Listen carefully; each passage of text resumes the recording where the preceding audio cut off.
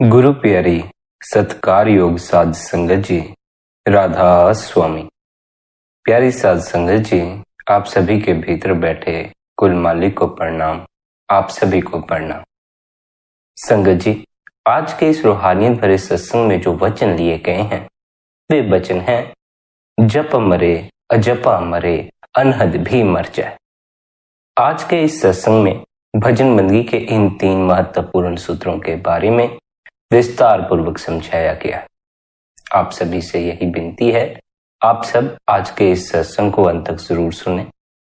साथ ही आपसे यह भी विनती है, निरंतर सत्संग सुनते रहने के लिए आप शब्दधुन सत्संग चैनल को सब्सक्राइब कर लें, साथ ही नोटिफिकेशन बेल को ऑन कर लें ताकि आने वाले हर सत्संग के बारे में आपको जानकारी मिल सके। सत्संग का एक एक लफ्ज ध्यान पूर्वक अंत तक श्रवण करने योग्य है।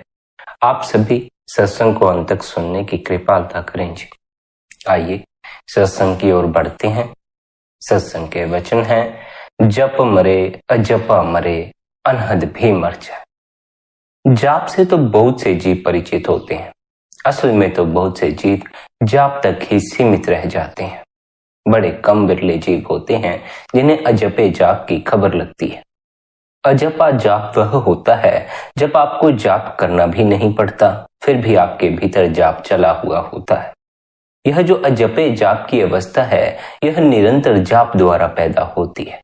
लेकिन यहाँ यह ख्याल रखना आवश्यक है कि अगर जीवा वचन बोलती रहे और मन वचनों को सुने नहीं, अगर जिह्वा सिमरन के शब्दों का जाप करती रहे और मन उन सिमरन के शब्दों को सुने नहीं, तब फिर हमें अजपे जाप की कोई खबर नहीं लगती। जाप तो होता है जुबान दोबारा। सभी जुबान दोबारा जपने की कला जानते हैं, क्योंकि सभी को बोलना आता है। इसलिए सभी जीव जाप करना तो शुरू कर देते हैं, लेकिन बहुत बिरले जीव होते हैं जो अजपे जाप तक पहुंचते हैं। जाप करना मुश्किल नहीं है, बोलना ज्यादा मुश्किल नहीं है, बोलना आसान है। बोलने से हम पहले ही परिचित हैं। लेकिन वह जो अजपे जाप की अवस्था है, जहां सदगुरु बोलता है कि फिर आपको जपने की भी जरूरत नहीं रह जाती, सिमरन अपने आप ही आपके भीतर होना शुरू हो जाता है, उस अवस्था की हम में से बड़े ही कम जीवों को खबर लगती है। हमें तो स्वयं से कोशिश करनी पड़ती है, स्वयं से जपना पड़ता है, तभी कहीं हम सिमरन से जुड़ते हैं, वरना हमारे भीतर कुदरती तौर पर सिमरन नहीं चल रहा होता। जिस दिन आपके भीतर अपने आप से सिमरन चलना शुरू हो जाता है, जिस दिन आपके किए बगैर सिमरन होना शुरू हो जाता है, उस दिन आप अजपे जाप की अवस्था तक पहुंच जाते हैं। इस अवस्था तक पहुंचने के लिए यह जरूरी है, साधक अपने जाप की अवस्था में कुशलता हासिल करे। जपने की भी कला है। जपना कोई इतना आसान नहीं है। हमारा जपना कोई जपना नहीं है, हमारा जपना तो बोलने के समान ही है। हम सोचते हैं बोल लिया जाप हो गया। नहीं, शब्दों का उच्चारण कर लेने से जाप नहीं हो जाता। सिमरन के एक एक लफ्ज पर जब आप अपने प्राण लगा देंगे, तब कहीं जाकर आप जाप की असल कला सीख पाएंगे। 100 बार सिमरन के शब्दों का जाप करना तो आसान है, लेकिन एक दफा उसे अपने पूरे प्राणों से जप लेना बड़ा ही ज्यादा कठिन है। यह कोई आसान बात नहीं होती। आप 100 बार तो मूर्छा में सिमरन का जाप करते चले जा सकते, लेकिन जिस दिन आप होश पूर्वक सिमरन का जाप करते हैं, उस दिन आपके लिए एक बार भी सिमरन के शब्दों को जपना बड़ा कठिन हो जाता। जिस साधक को अजपे जाप की अवस्था तक पहुंचना है, उसे पहले जाप की अवस्था में कुशलता हासिल करनी पड़ती है। जाप में कुशलता हासिल करने का अर्थ यह नहीं है कि आप सारा सारा दिन बैठकर सिमरन के शब्दों का जाप करते हैं तो आप जपने में कुशल हो गए। नहीं, सारा सारा दिन बैठकर चाहे जिह्वा द्वारा सिमरन के शब्दों का उच्चारण करते रहो, अगर उसमें आपका मन शामिल नहीं है, अगर आपका मन आपके द्वारा बोले जाने वाले शब्दों से जुड़ा हुआ नहीं है, तब फिर अजपे जाप की अवस्था का पता भी नहीं चलता। अजपा जाप वह जाप है जो मन द्वारा होता है। अजपे जाप से पहले जो जाप है वह जुबान द्वारा होता है। जुबान की सहायता से हमें अपने मन को सिमरन का पाठ पढ़ाना पड़ता है। मन जो कुछ सुनता है उसे अपने में शामिल कर लेता है। जो कुछ हम बोलते हैं, जो कुछ हम देखते हैं, जो कुछ हम सुनते हैं, सब कुछ हमारे मन में फीड होता चला जाता। अगर आप अपने मन की ठीक ठीक जांच करेंगे तो आप पाएंगे आपका मन उन्हीं बातों का जोड़ है जो कहीं आपने देखी, कहीं सुनी, कहीं किसी से बातचीत की हो। वही वही मन पर छपता चला जाता है, जो कुछ भी इसे सुनाई पड़ता है, जो कुछ भी इसे दिखाई पड़ता। इसलिए साधक को यह उपदेश भी दिया जाता है कि वही सब देखना जो तुम्हें रूहानियत की यात्रा में सहायक होता हो, वही सब सुनना जो तुम्हें ऊंचा बनाता हो, उस मालिक से जुड़ने के काबिल बनाता हो।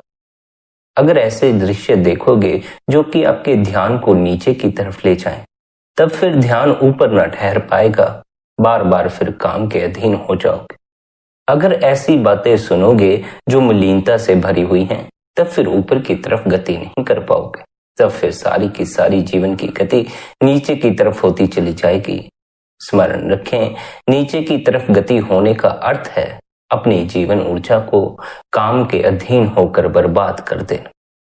आप एक ऊर्जा के पुंज हैं, आपके भीतर निरंतर ऊर्जा का प्रवाह है। यह ऊर्जा भीतर निरंतर संग्रहित होती है, पर जो इस ऊर्जा को ध्यान में नहीं लगाते हैं, उनके भीतर संग्रहित हुई यह ऊर्जा अपने आप ही काम केंद्र की तरफ बहना शुरू कर देती है। असल में ऊर्जा को प्रवाहित होने के लिए एक द्वार चाहिए होता है।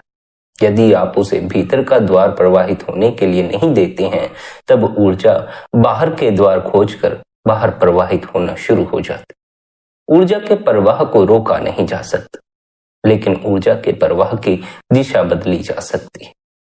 जो ऊर्जा का प्रवाह अभी हमारी बाहरी इंद्रियों तक बहता हुआ इस संसार में ही बर्बाद हो जाता है, वही ऊर्जा का प्रवाह यदि हमारे तीसरे नेत्र से प्रवाहित होना शुरू हो जाए, तब फिर हमारे लिए रूहानी यात्रा शुरू हो जाती। स्मरण रखें, ऊर्जा की चोट से ही भीतर बंद पड़ा द्वार खुलता है। यह द्वार क्योंकि तीसरे तिल पर है, इसलिए हमें अपनी जीवन शक्ति को उस द्वार तक पहुंचाने के लिए निरंतर तीसरे तिल पर ध्यान टिकाना पड़ता। जहां हमारा ध्यान टिक जाता है, ऊर्जा वहीं चोट करनी शुरू कर देती। लेकिन ऊर्जा के चोट करने के लिए यह भी आवश्यक है आप अपने भीतर ऊर्जा को संग्रहित करते हैं। अगर आप हर रोज अपनी जीवन ऊर्जा को बाहर संसारिक कर्तव्यों में ही व्यय कर देते हैं, हर रोज आप काम के अधीन होकर अपनी जीवन ऊर्जा को बाहर फेंक देते हैं, तब फिर भीतर बंद पड़े द्वार पर आपके लिए चोट करना बड़ा ही ज्यादा कठिन हो जाए। ऊर्जा के ऊपर उठने के लिए ऊर्जा का भीतर संग्रहित होना भी जरूरी है। ऊर्जा के ऊपर उठने के लिए अपने ध्यान को उस केंद्र पर टिकाने की आवश्यकता भी है जिस केंद्र पर भीतर का दरवाजा मौजूद है। भीतर का जो दरवाजा है वह हाल फिलहाल तो बंद पड़ा, उसकी अभी हमें कोई खबर नहीं।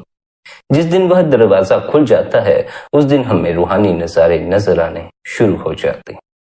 9 दरवाजे हमें माया की नगरी से परिचित करवाते हैं, इस संसार से परिचित करवाते हैं। 10वां दरवाजा हमें रूहानी जगत से परिचित करवा देता है। इसलिए सदगुरु हमें क्या उपदेश देते हैं? वे कहते हैं, ऐ प्यारों, 9 दरवाजे बंद करके 10वें दरवाजे पर जाओ। उस 10वें दरवाजे को खोलो, क्योंकि उसके पार जो जगत है उसका अभी आपको कोई अंदाजा नहीं है। उस जगत को देखने के बाद आपकी सारी समझ ही मर जाती, क्योंकि अब तक हम जो सोचते हैं वह इस माया की नगरी तक ही सीमित होता है। हमारी समझ इस माया की नगरी से ज्यादा नहीं है। जो यहाँ है उतना ही हमने जाना है, उतना ही हमें पता है। लेकिन 10वें दरवाजे को पार करने वाला जीव इस माया की नगरी के परे क्या है उसके बारे में भी जान लेता। पूरे ब्रह्मांड की उसे खबर लग जाती है, और जिसने अपने भीतर ही ब्रह्मांड देख लिया हो उसके जीवन में फिर सारे संशय ही दूर हो जाते। अभी तो अपने भीतर हमें कोई रूहानी नजारे नजर नहीं आते। अभी तो अगर हम अपने भीतर देखते हैं तो संसार की बातें ही नजर आती हैं, संसार के ख्याल ही नजर आते हैं। लेकिन एक ऐसी अवस्था भी है जहां संसार बड़ी ही पीछे छूट जाता है और हम रूहानी जगत में प्रवेश कर चुके होते। उस रूहानियत की यात्रा आपकी भी शुरू हो, इसके लिए यही आपसे कहूं कि निरंतर भजन मंदी करें, निरंतर ध्यान में बैठें। भजन मंदी में हमें इन 3 महत्वपूर्ण सूत्रों को ध्यान में रखना चाहिए।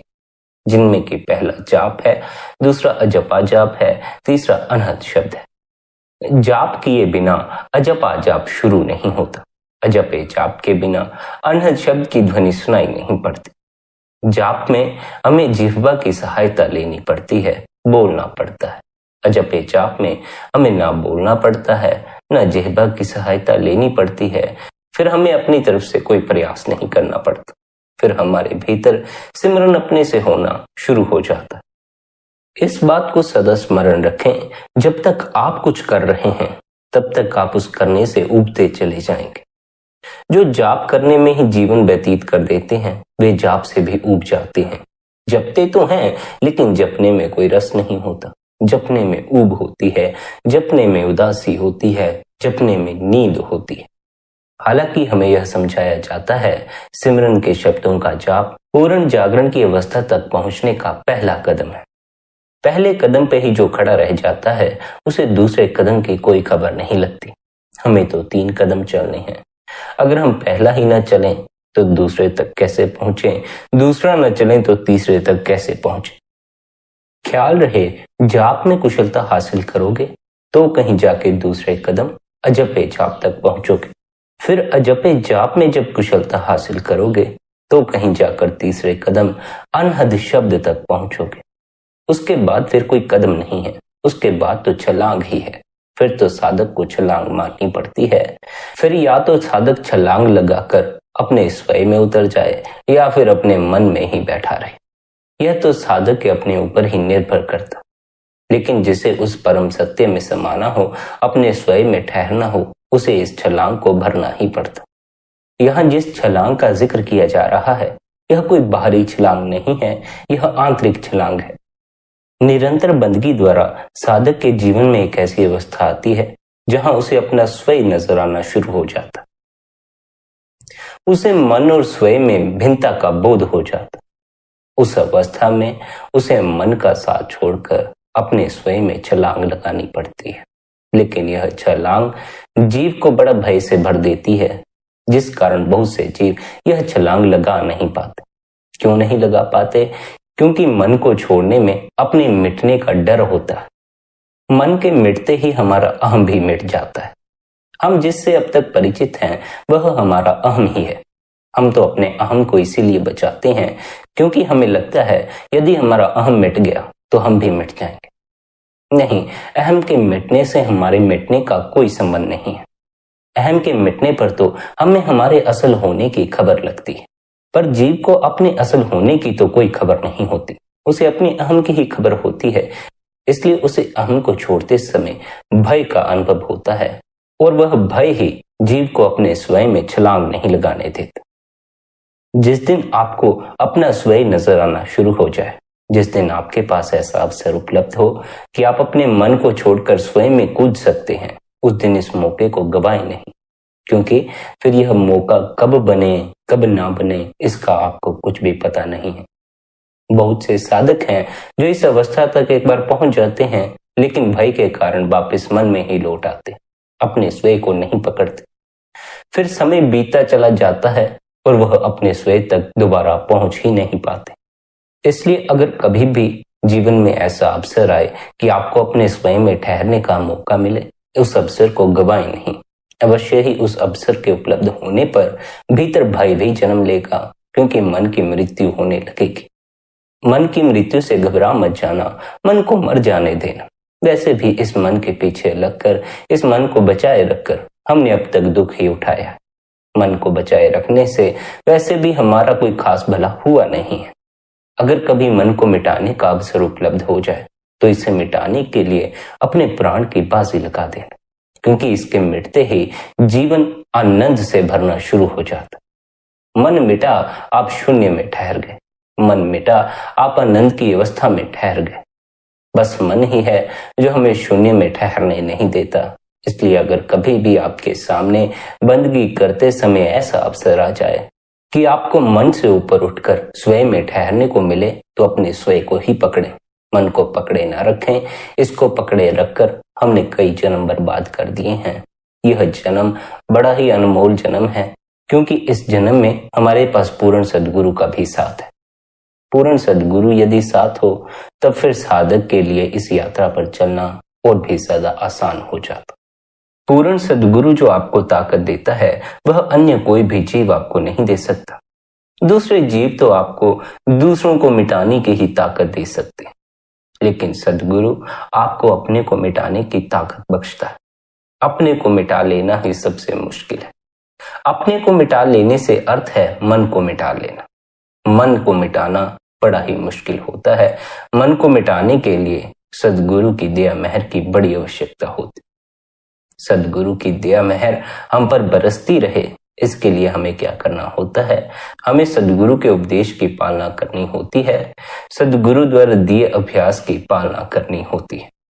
सद्गुरु का उपदेश क्या है? सद्गुरु का उपदेश है सिमरन करो, जाप करो। जाप करने से अजपे जाप की अवस्था का पता चलता है। अजपे जाप में लीन होने से फिर आपको अनहद शब्द का पता चलता है। अनहद शब्द की सहायता से हम अपने सार तत्व यानी अपनी आत्मा में ठहरने की कला सीखते। अनहद शब्द हमारे लिए सहायक है हमारी आत्मा की पहचान के लिए, लेकिन अनहद शब्द तक पहुंचने के लिए हमें पहला कदम उठाने की आवश्यकता है। हमें निरंतर सिमरन करने की आवश्यकता है। और यहाँ यह ख्याल रख लेना ज्यादा आवश्यक है कि मूर्छित होकर सिमरन करने से अजपे जाप की खबर नहीं लगती। मूर्छित होकर सिमरन करते रहे तो 20 साल बीत जाएंगे, 30 साल बीत जाएंगे, जाप ही करते रह जाओगे। अजपा जाप आपके भीतर शुरू नहीं होगा। अजपे जाप को शुरू करने के लिए आपको अपने मन को पूरी तरह जाप में लीन करना होता है। जाप में हमें जिह्वा की सहायता लेनी होती है। जिह्वा द्वारा हम सिमरन के शब्दों का जाप करते हैं, पर हम चूक यहाँ जाते हैं कि हमारा मन उस जाप में शामिल नहीं होता। जिह्वा सिमरन के शब्दों का जाप करती हो और मन उस जाप को सुनता हो, तब कहीं जाकर मन सिमरन को पकड़ता है। अगर मन सुन ही नहीं रहा है तो मन सिमरन को पकड़ेगा नहीं। अगर मन में ख्याल चल रहे हैं संसार के, बाजार के, दफ्तर के और जिह्वा कर रही है सिमरन का जाप, तो उस जाप से कोई लाभ नहीं होता। मन को सुनने में लगाना पड़ता है। मन जो सुनता है उसी से जुड़ता है, उसी के ख्याल भीतर निर्मित करता है, उसी के प्रति हमारा झुकाव होता चला जाता है। जब भी आप सिमरन के शब्दों का जाप करें तो यह ध्यान रखें कि आपका मन आपके किए जा रहे जाप को सुन रहा है। आपको अपनी ही आवाज में पूरी तरह लीन हो जाना। आपकी आवाज में जो सिमरन हो रहा है, आपके पूरे प्राणों में केवल और केवल वह सिमरन ही बाकी रह जाना चाहिए। उसके अतिरिक्त और अन्य कोई भी ख्याल आपके भीतर नहीं होना चाहिए। आपको सिमरन से जुड़ना है। हम सिमरन करते हुए भी मन से जुड़े रह जाते हैं। हम तो विचारों से जुड़े रह जाते हैं। हमें मन को सिमरन में लगाना है, मन उल्टा हमें सिमरन से अलग कर देते। बस यही हमारी अड़चन है। इस अड़चन के कारण ही हमें अजपे जाप की खबर नहीं लगती। अजपा जाप तो मन को ही करना है, पर अगर मन जाप में ही शामिल नहीं है तो अजपे जाप में भी शामिल नहीं हो सकता। इसलिए अपने मन को जाप में शामिल करें। इस बात को सदा ध्यान रखें, आप जो सिमरन का जाप कर रहे हैं, आपका मन उसे सुन भी रहा है या नहीं सुन रहा। अगर नहीं सुन रहा हो तो मन को अपने द्वारा किए जा रहे जाप में लीन करने की कोशिश करें। मन बार बार इधर उधर भटकेगा, आपको फिर इसे खींचकर किए जा रहे सिमरन में लीन कर लेना। मन वही वही दोहराता है जो इसमें बस जाता है। हमें इसमें गुरु द्वारा दिए हुए सिमरन को बसा देना। जब सिमरन मन की रग रग में बस जाएगा तब फिर अजपे जाप की अवस्था उपलब्ध हो जाएगी। उस अवस्था में आपको जपने की कोई आवश्यकता नहीं रह जाती। उस अवस्था में आपके भीतर कुदरती सिमरन शुरू हो जाता। फिर आपको बस उस सिमरन में अपने ध्यान को टिकाना होता है, सिमरन करना नहीं होता। सिमरन करता करता भी आदमी उबना शुरू हो जाता। इसलिए अगर कोई जीवन भर सिमरन ही करता रह जाए, अजपे जाप की उसे खबर ना लगे, तो उसका जीवन सिर्फ और सिर्फ उदासी से ही भरा होता है। उसके जीवन में कोई रस नहीं होता। हालांकि सद्गुरु हमें यह उपदेश देते हैं, निरंतर सिमरन करोगे, निरंतर भजन करोगे, आनंद ही आनंद बरसेगा। आनंद बरसेगा पर तभी जब आपका मन भी सिमरन में शामिल होगा। मन को सिमरन में शामिल कर लेना, बहुत से साधक बिना मन को सिमरन में शामिल किए ही जाप करते रह जाते हैं। फिर अंत में पछताते हैं कि इतने साल बंदगी में भी बर्बाद किए, बना कुछ भी नहीं। बंदगी में लगाया गया समय कभी भी बर्बाद नहीं होता। बस इस बात की समझ तब आती है जिस दिन मन बंदगी को पकड़ लेता। जब तक मन बंदगी से परे है तब तक बंदगी भी उदासी ही बनी रहती है, तब तक बंदगी भी एक बोझ ही लगती है। बहुत से साधक तो बोझ समझकर ही भजन सिमरन में बैठते हैं। वे सोचते हैं गुरु बना लिया है, नामदान ले लिया है, अब यह करना ही होगा। बोझ समझकर तो बंदगी कभी करना ही मत, बोझ समझकर तो ध्यान में कभी बैठना ही मत, क्योंकि फिर उस बैठने का कोई लाभ नहीं होने वाला है। अपने सर से सारी चिंताओं का बोझ उतार कर बंदगी करो, हर बात की फिक्र छोड़कर बंदगी करो, हर ख्याल को भूलकर बंदगी करो, हर बात को भूलकर बंदगी करो। जितने समय के लिए आप बंदगी में बैठते हो उतने समय के लिए तो संसार से पूरी तरह अपने को कट कर लिया करो। उतने समय के लिए तो किसी भी बात को जरा सा भी अपने भीतर जगह मत दिया करो। केवल और केवल अपने भीतर सिमरन को ही जगह देना। सिमरन करते समय यदि आप अन्य विचारों को जगह दे दोगे तो सिमरन के लिए जगह नहीं बचेगी, क्योंकि विचार कोई एक अकेला तो है नहीं, अनेक विचार हैं। एक विचार को जगह दे दी तो अनेक विचारों को जगह देनी पड़ेगी। इन विचारों की भीड़ में सिमरन को जगह नहीं मिल पाएगी। इसलिए बेहतर यही होगा जब भी आप बंदगी में बैठते हो उस समय आप सभी विचारों से अपने तादात्म्य को तोड़ लें, सभी बातों से, इस संसार से अपने तादात्म्य को तोड़ लें। बंदगी के समय आप अपने आप को भूलने की कोशिश करें। भूल जाएं आप कौन हैं, भूल जाएं आपके परिवार वाले कौन हैं, भूल जाएं आपकी नौकरी कौन सी है, भूल जाएं आपने कल कहीं जाना है या नहीं जाना। सब कुछ भूल भाल के बंदगी में बैठें, फिर देखना उस बंदगी से आपके भीतर रूपांतरण आना शुरू हो जाएगा। अपने को मिटाकर ही परम सत्य की प्राप्ति होती है। अपने को मिटाने को जो राजी है उसे ही अनहद शब्द की प्राप्ति होती है। हम अपने को मिटाने को राजी नहीं, हम अपने को भूलने को राजी नहीं, इसलिए हमारे भीतर सिमरन की याद नहीं बैठती है। फिर हमारे भीतर अपनी ही याद बनी रहती है, अपने से जुड़ी बातें ही घूमती रहती हैं, अपने से जुड़े ख्याल ही घूमते रहते। स्मरण रखना, आध्यात्मिक यात्रा का सबसे महत्वपूर्ण चरण अपने आप को मिटा लेना, अपने आप को भूल जाना है, क्योंकि जब तक हम अपने आप को याद रखते हैं हम अपनी देह से जुड़े रहते हैं, मन से जुड़े रहते हैं। हमारा अपने से भी अब तक जो परिचय हुआ है वह मन का ही परिचय है। मन ने ज्यादा से ज्यादा हमें देह का परिचय ही करवाया है। मन ने ज्यादा से ज्यादा हमें हमारे नाम का, हमें हमारे चेहरे का परिचय ही करवाया। मन ने हमें अब तक उस सार तत्व का कोई परिचय नहीं करवाया जिसके कारण यह देह जिंदा है, जिसके कारण इस देह के चलने फिरने में कोई कमी नहीं आती, इसके बोलने में कोई कमी नहीं आती, इसके देखने सुनने में कोई कमी नहीं आती। मन देह से तो परिचित करवा देता है, आत्मा से परिचय नहीं करवाता। आत्मा हम सबके असल प्राण है। जो आत्मा को जानता है वही अपने असल होने को जानता। जो केवल अपने को देह समझे बैठा है उसे अपनी असल पहचान नहीं है। आपका अपना असल होना इस देह से बड़ी परे है। देह से जब आप परे हटोगे तो पहले मन बीच में आएगा, फिर उस मन से भी आपको परे हटना होगा, तब कहीं जाकर आप अपने स्वयं तक पहुंचेंगे। देह से ऊपर उठने में तो हमें ज्यादा कठिनाई नहीं होती, लेकिन मन से ऊपर उठने में बड़ी कठिनाई होती है, क्योंकि मन के मिटते ही अहम मिटता है और अहम को छोड़ने को हम राजी नहीं होते। देह की सुध बुध तो हमें रात को भी भूल जाती। जब हम नींद में होते हैं तब भी हमें देह का कुछ पता नहीं होता। किस हाल में देह पड़ी है, किस हाल में हम लेटे हुए हैं, हमें कुछ भी पता नहीं होता। देह का जरा भी स्मरण नहीं होता। लेकिन मन नींद में भी काम करता रहता है, हम सपनों में खोए रहते हैं। देह तो भूल जाती है लेकिन मन नहीं भूलता। मन वैसा का वैसा ही भीतर मजबूत बना रहता है। देह से ऊपर उठना तो आसान है, मन से ऊपर उठने में बड़ी कठिनाई होती है। इसलिए साधक से यही कहा जाता है कि जब भी मन से ऊपर उठने का अवसर प्राप्त हो, घबराना मत, अपने प्राण की बाजी लगा देना।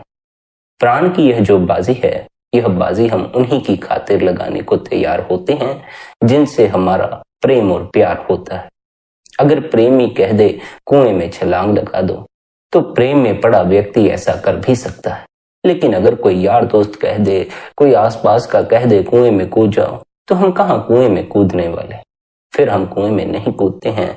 यह तो प्रेम की ताकत है कि हम प्रेम की खातिर कुछ भी कर गुजरने को तैयार हो जाते। जिस दिन आपका अपने सदगुरु के प्रति पूर्ण प्रेम हो जाता है, उस दिन आप सदगुरु के एक एक उपदेश पर अमल करते हैं।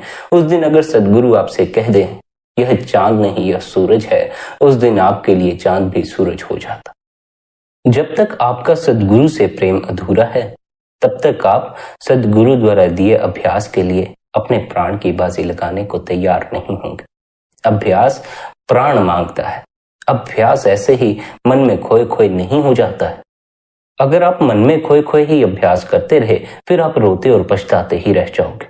फिर आपको यही कहना पड़ेगा, मुझे तो कोई आनंद का अनुभव नहीं हुआ, मुझे तो भीतर का कोई भी नजारा नजर नहीं आया। स्मरण यह रखना, रूहानी नजारे अगर देखने हो तो 10वें दरवाजे को पार करना पड़ता है, और 10वां दरवाजा तब तक नहीं खुलता जब तक आप अपने अहम को मिटाने को राजी नहीं है। अहम है क्या? अहम यानी देह से जुड़े रहना, मन से जुड़े रहना। रूहानी नजारे देह या मन द्वारा नहीं होते हैं। रूहानी नजारे तो रूह द्वारा देखे जाते। रूह को ना मन की आवश्यकता ना देह की आवश्यकता। इसलिए अपने अहम को मिटाने की तैयारी रखना, वरना अहम आपको देह और मन से ही जोड़े रखेगा, उससे ऊपर नहीं उठने देगा। निरंतर बंदगी द्वारा, निरंतर सिमरन द्वारा हमारे अहम पर चोट पड़नी शुरू हो जाती है और धीरे धीरे हमारा अहम मिटना भी शुरू हो जाता है। अहम की यह मजबूत दीवार टूटे, इसके लिए यह आवश्यक है कि आप निरंतर गुरु द्वारा दिया हुआ सिमरन करें।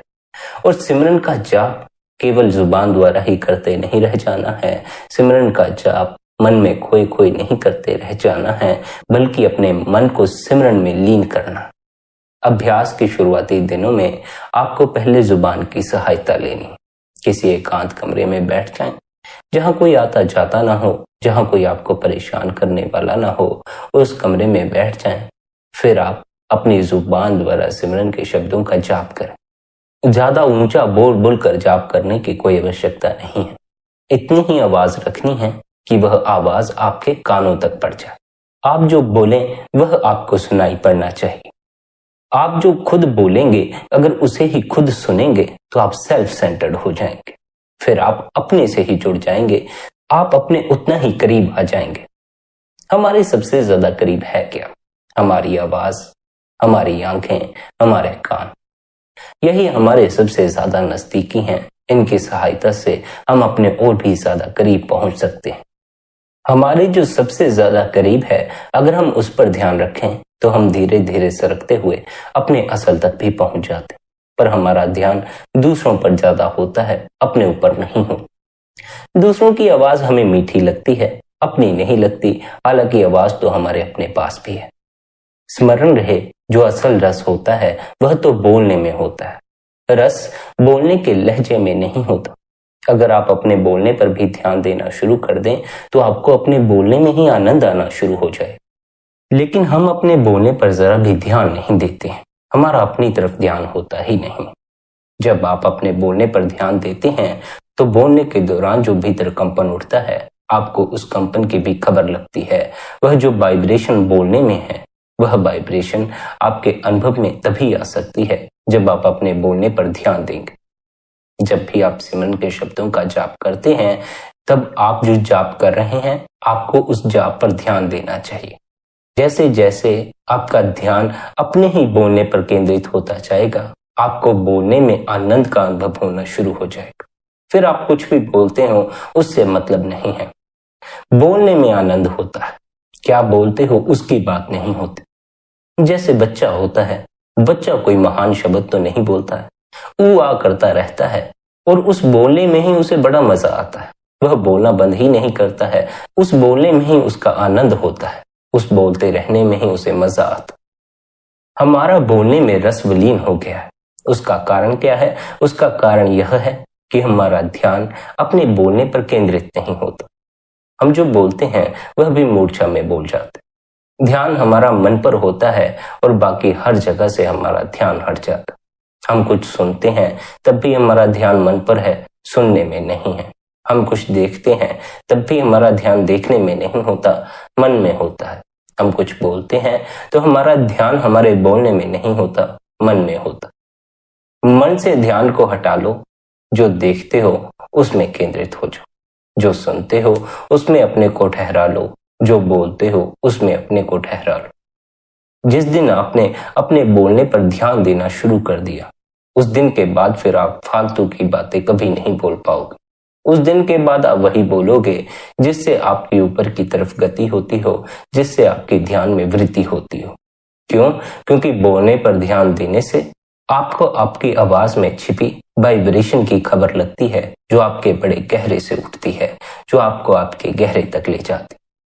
जैसे हम सत्संग वगैरह सुनते हैं, तो सत्संग सुनने में जो हमें आनंद आता है, वह आनंद इस वजह से आता है कि सत्संग करने वाले पाठी का ध्यान अपनी आवाज में होता। जिसका ध्यान अपने बोलने पर नहीं होता, उसके बोलने में कोई रस नहीं होता, कोई कशिश नहीं होती। जिनका ध्यान अपने बोलने पर रहता है, उनके बोलने में ही आनंद का अनुभव होता। आप यदि अपने बोलने पर भी ध्यान देना शुरू कर दें, तो आपको आनंद का अनुभव होना शुरू हो जाए, आप अपने और भी ज्यादा करीब आ जाएं, क्योंकि आपकी आवाज आपके सबसे ज्यादा करीब है। जो आपके सबसे ज्यादा करीब है, वही आपके लिए इस यात्रा पर सहायक हो सकता। मन भी आपके सबसे ज्यादा करीब होता है, इसलिए मन इस यात्रा पर सहायक हो जाता है। मन इस यात्रा पर मित्र भी हो जाता है, लेकिन मन को मित्र बनाना पड़ता है, वरना यह मन हमारा सबसे बड़ा बैर ही बना रहता है। इस मन को मित्र बनाने के लिए जब भी आप सिमरन करते हैं, तो इस मन को सिमरन में लीन कर लेना। जब जुबान सिमरन के शब्दों का उच्चारण करे, तब आपको सिमरन के शब्दों को ध्यानपूर्वक सुनना भी है। अपने ही द्वारा बोले जा रहे जाप में अपने आप को लीन कर लेना है, अपनी ही आवाज में अपने आप को डुबा लेना। अगर आप बोलने से ना जुड़ेंगे, जाप से ना जुड़ेंगे, तो मन से जुड़े रह जाएंगे। इसलिए यही कोशिश करनी है कि आप अपने बोलने से जुड़ जाएं। जो जाप आप कर रहे हैं, उससे आप मन को जोड़ लें।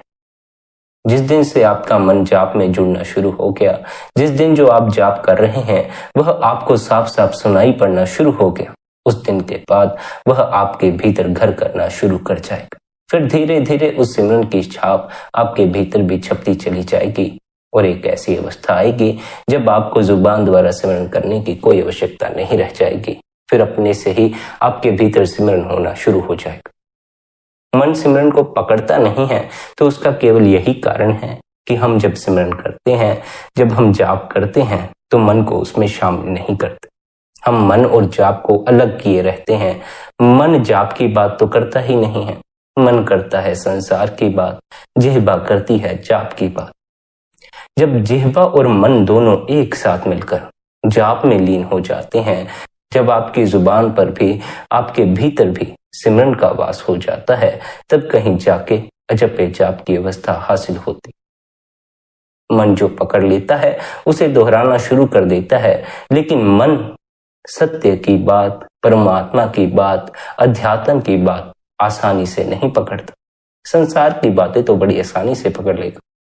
अगर इस मन को कोई संसारिक बात सिखानी हो, तो यह उसे सीखने में जरा भी समय नहीं लगाता, तत्क्षण सीख लेता।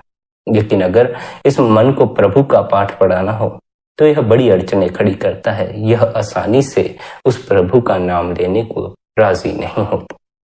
इस मन को राजी करने के लिए ही सदगुरु 5 नाम का भेद देता है। सदगुरु कहता है सिमरन करो। सिमरन करने का अर्थ फिर समझ लेना। ना केवल आपकी जुबान, बल्कि आपका मन भी गुरु द्वारा दिए 5 नाम में शामिल हो जाना चाहिए। जिस दिन वे 5 नाम मन में घर कर गए, उस दिन आपका जपा जाप शुरू हो जाएगा। मन में जो होता है, मन उसे अपने आप ही दोहराना शुरू कर देता है। वह उसे दोहराने के लिए आपकी आज्ञा भी नहीं मानता। आपके साथ आज से 5 साल पहले क्या हुआ था, वह आपको कभी भी याद आ सकता है। मन आपसे कोई परमिशन नहीं लेता है कि क्या मैं इस याद को लाऊं या ना लाऊं। मन में जो है वह अपने से ही उघड़ उघड़ कर सामने आना शुरू हो जाता। जिस दिन मन में गुरु के सिमरन का वास होगा, उस दिन से सिमरन भी अपने आप भीतर चलना शुरू हो जाएगा। फिर आपको अपने आप ही बैठे बैठे सिमरन की याद आनी शुरू हो जाएगी। जैसे अभी बैठे बैठे हमें कभी अतीत की याद आ जाती, कभी भविष्य की याद आ जाती, वैसे ही फिर हम बैठे होंगे और बैठे बैठे हमें सिमरन की याद आ जाएगी। जब सिमरन आ गया तो अतीत भी भूल गया, भविष्य भी भूल गया। अतीत और भविष्य में खोया जीव वर्तमान के पल से चूक जाता है। वर्तमान का पल बड़ा ही बारीक पल है। इस बारीक पल में वही ठहर पाते हैं जो अपने स्वयं की सत्ता को हासिल कर लेते। जो मन के तल तक ही सीमित रह जाते हैं वह अतीत और भविष्य में भटकते रहते हैं। क्यों? क्योंकि मन समय की सीमा में कैद है। समय यानी जिसमें अतीत भी शामिल है, जिसमें भविष्य भी शामिल है। यही कारण है कि मन हमें अतीत की बातें याद दिलाकर रुलाता रहता है और भविष्य की बातें याद दिलाकर हमें चिंता में डाले रखता है। मन समय का गुलाम है, काल का सेवक है। अगर मन के तल तक ही सीमित रह गए तो अतीत और भविष्य में भटकने से कोई नहीं रोक सकता। फिर तो मन आपको अतीत में भी घुमाएगा, भविष्य में भी घुमाएगा, बस वर्तमान में नहीं आने देगा, अभी और यहीं ठहरने नहीं देगा। अभी और यहीं ठहर कर ही परमानंद की प्राप्ति होती है। वर्तमान के उस बारीक क्षण में ठहर कर ही हमारी परम मुक्ति होती। वर्तमान के बारीक क्षण में ठहरने के लिए साधक को निरंतर वर्तमान में ठहरने के लिए अभ्यास करना पड़ता। हर एक अभ्यास हमें वर्तमान में ठहराने के लिए होता है, लेकिन हम अभ्यास के दौरान भी अतीत और भविष्य में खोए रहते हैं। क्यों खोए रहते हैं? क्योंकि मन का साथ नहीं छोड़ते या फिर अपने मन को सिमरन में लीन नहीं करते। यदि आप मन को सिमरन में लीन कर लें तो बंदगी के दौरान आपका मन यहाँ वहां नहीं भटकेगा, फिर आप अन्य ख्यालों में नहीं खोएंगे और गुरु द्वारा दिए जाप में ही लीन होते चले जाएं। इसलिए आपसे यही विनती की जाती है, जब भी आप सिमरन करें तो यह कोशिश करें कि अपने मन को बार बार सिमरन में लीन कर लेना। ऐसा नहीं कि बाहर जुबान पर सिमरन चल रहा है और भीतर अन्य ख्याल चल रहे हैं। इस अवस्था में आना है कि जो बाहर है वही भीतर भी है। अगर बाहर जुबान सिमरन के शब्दों का जाप कर रही है तो आपके पूरे चित्त में सिमरन के शब्द ही दोहरने चाहिए। उसके अतिरिक्त आपका ध्यान फिर किसी भी और चीज पर नहीं होना चाहिए। अगर ध्यान अन्य बातों पर चला भी जाता है तो फिर आपने अपने ध्यान को दोबारा मोड़कर सिमरन में लगा लेना। जब जाप में कुशलता हासिल होगी, यानी जब मन जाप को पकड़ लेगा, जब आप न केवल बोलेंगे बल्कि अपने द्वारा बोले गए जाप को सुनेंगे भी, तब आप अजबे जाप की अवस्था तक पहुंच जाएंगे। अगर मन सिमरन के शब्दों को एक बार के लिए भी ध्यान पूर्वक पकड़ ले तो फिर वह सिमरन मन में वास कर जाता। फिर मन अपने आप से हमें सिमरन की याद दिलाता है। फिर हमें सिमरन नहीं करना पड़ता, बस अपने ध्यान को भीतर चल रहे सिमरन में लगा देना होता। जैसे जैसे हम अजपे जाप में लीन होते चले जाते हैं, वैसे वैसे एक ऐसी अवस्था आती है जहां अजपा जाप भी बंद हो जाता है, जहां हमें अनहद शब्द की ध्वनि सुनाई पड़ना शुरू हो जाती। स्मरण रहे, हमें ऐसी अवस्था तक पहुंचना है जहां हमारे सब सहारे छूट जाएं और हम फिर भी अपने स्वयं में ठहरें। अभी तो हमें अपने स्वयं तक पहुंचने के लिए सिमरन का सहारा लेना पड़ता है, भजन का सहारा लेना पड़ता है। अनहद की ध्वनि भी हमारे स्वयं तक पहुंचने के लिए एक सीढ़ी है। उस सीढ़ी पर भी किसी ने खड़े नहीं हो जाना। अनहद शब्द पर ही अगर टिके रह गए, अगर अनहद शब्द सुनाई पड़ने लग गया और यह समझकर बैठ गए हो गई यात्रा पूरी, तब फिर भुलेखे में पड़ जाओगे। अनहद शब्द से भी परे चले जाना है। अनहद शब्द से परे शून्य का आकाश, जहां कुछ भी नहीं है, जहां आपको कुछ भी करने की कोई आवश्यकता नहीं पड़ती, जहां आपको अलग से किसी चीज पर ध्यान देने की कोई आवश्यकता नहीं पड़ती। आप उस अवस्था में जो कुछ करते हैं, आप उस करने में ही ध्यान में लीन होते हैं। फिर चाहे आप कुछ भी करते हो, आपका ध्यान नहीं टूटता। अनहद शब्द हमें उस अवस्था तक पहुंचाता है, लेकिन अनहद शब्द वह अवस्था नहीं है। उससे भी हमें ऊपर चले जाना है, उससे भी पार चले जाना। सिमरन की सहायता से अजपे जाप तक पहुंचना है, अजपे जाप की सहायता से अनहद शब्द तक पहुंचना है, फिर अनहद शब्द से अपने स्वयं तक पहुंच जाना है। वहां पहुंच जाना है जहां किसी तरह का कोई कंपन नहीं है। अभी तो हम इस ढंग से जी रहे हैं कि यदि हम अनहद शब्द से जुड़ जाएं तो मालिक से जुड़ जाएंगे, हमारे भीतर आनंद बरसेगा।